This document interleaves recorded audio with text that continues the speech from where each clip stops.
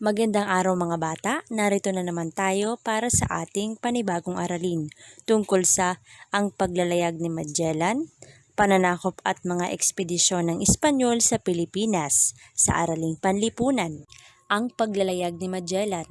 Si Ferdinand Magellan ay isinilang sa Sabrosa, Portugal na intriga sa mga posibleng makamit na katanyagan at kayamanan sa paglalayag. Nalinang ang kakayahan sa paglalayag kaya iminungkahi kay Haring Manuel ng Portugal ang paglalayag patungong Spice Island sa kanlurang ruta, ngunit hindi ito pumayag. 1517 nilarikuran ang pagiging Portuges at tumungo sa Espanya. Nakilala niya si Diego Barbosa, tumulong upang makausap ang mga opisyal sa eksplorasyon ng Espanya. 1519 iminungkahi kay Haring Charles I ang kanyang plano at sinang-ayunan niya ang plano. Naikaisa ang ekspedisyon, binuo ng 5 barko. Trinidad, barkong kanyang pinamunuan, San Antonio, Concepcion, Victoria at Santiago. Narito ang pagkakasunod-sunod ng pangyayari sa paglalakbay ni Magellan. Setyembre 1519, umalis sa Sanlúcar de Barrameda, tinawid ang Atlantic Ocean, narating ang South America, naglayag papuntang Katimugan at nagbaybay upang hanapin ang isang straight na daanan upang malagpasan ng South America. 1520 Easter Sunday, pansamantalang huminto sa Fort San Julian, naganap ang pag-aalsa na mabilis na nasugpo ni Magellan.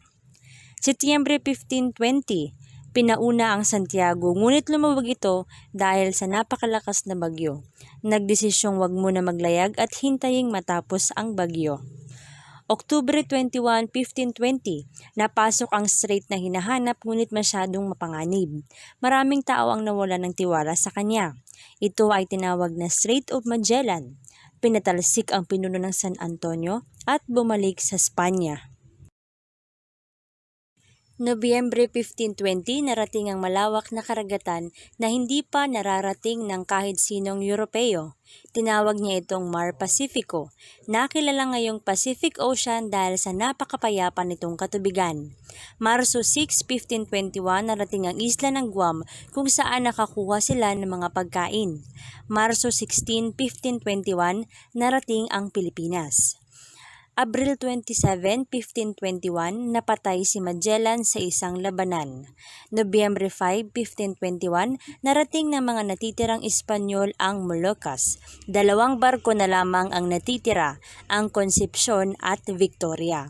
Setyembre 6, 1522, lula ng barkong Victoria. Narating ng 18 katao sa pamumuno ni Sebastian del Cano ang Sanlúcar de Barrameda. Ang pananakop ng Espanya sa Pilipinas. Marso 16, 1521, narating ni Magellan ang isla ng Humonhon, sunod ay isla ng Limasawa sa Southern Leyte. Nakilala niya si Rahak Kulambu na humanga sa kanilang kasuotan at kagamitan. Nagkaroon ng kasi-kasi, dito isinagawa ang unang misa sa bansa. Narating ang isla ng Sugbo o Cebu. Nagkaroon din ng kasi-kasi sa pagitan ni Magellan at Raha Humabon. Isang misa ang idinaos ni Padre Valderrama.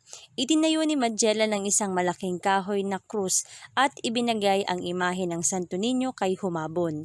Sinundan ng binyagan at si Raha ay pinangalan ng Carlos at Juana naman sa kanyang asawa. Nangako si Magellan na pag-iisahin ng lahat ng pinuno sa kanyang pamamahala. May isang hindi tanggap siya, si Lapu-Lapu, pinuno ng Mactan. Naganap ang Battle of Mactan, namatay si Magellan at nilisan ng mga Espanyol ang bansa. Naglayag sila patungong Spice Islands at pabalik sa Espanya sa pamumuno ni Sebastian del Cano. Iba pang ekspedisyon ng mga Espanyol sa Pilipinas. Sa pagbabalik ni Sebastian sa Espanya, nabigyan siya ng ideya na maaaring yaman ang makukuha kung babalikan ang mga lugar na napuntahan. Nagdesisyon si Haring Charles I na dapat sakupin ang Pilipinas. Nagpadala ng 5 ekspedisyon, ang 2 huli ang nakarating. Ekspedisyon ni Ruy Lopez de Villalobos, 1542. Sa kanyang paglalayag mula Naveda, Mexico taong Nobyembre 1, 1542, tinahak niya ang rutang dinaanan ni Magellan narating ang Mindanao noong Pebrero 2, 1543. Nagtayo ng kolonya sa Sarangani dahil sa kulang ang pagkain nilisan ng lugar. Narating ang Tidor Moluccas, nabihag siya. Siya ang nagbigay ng Isla Filipinas sa bansa bilang pagkilala sa anak ni Haring Charles I, si Prinsipe Philip na naging hari ng Espanya. Dahil sa kabiguan, inihinto ni Haring Charles I ang pagpapadala ng mga mananakop sa bansa. Ngunit nang maging hari si Philip II, ipinagpatuloy niya ang ekspedisyon. Ekspedisyon ni Miguel Lopez de Legazpi, 1565 at pagsakop ng mga Espanyol sa Pilipinas. Sa paglalayag ni Legazpi kasama niya si Padre Andres de Urdaneta. Pebrero 13, 1565 narating ang Cebu, Leyte, Camiguin at Bohol. Nagkaroon ng blood compact sa pinuno nito na si Dato Sikatuna. Dahil dito nakakuha siya ng mga ginto at spices.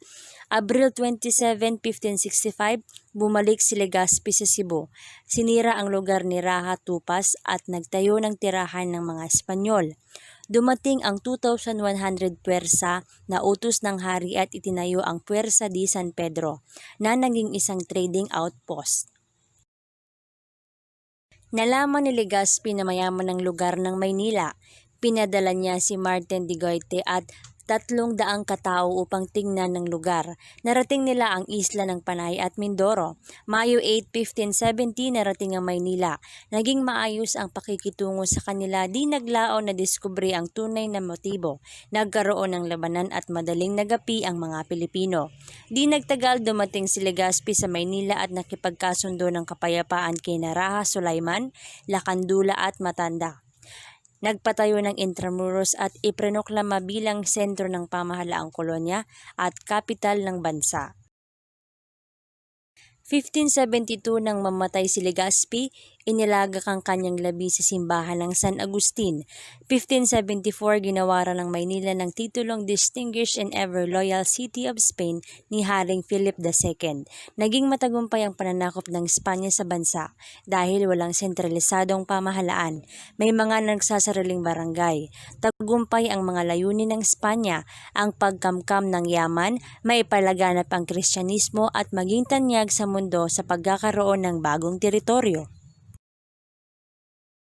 Maraming salamat mga bata sa pakikinig. Hanggang sa muli nating klase. Paalam!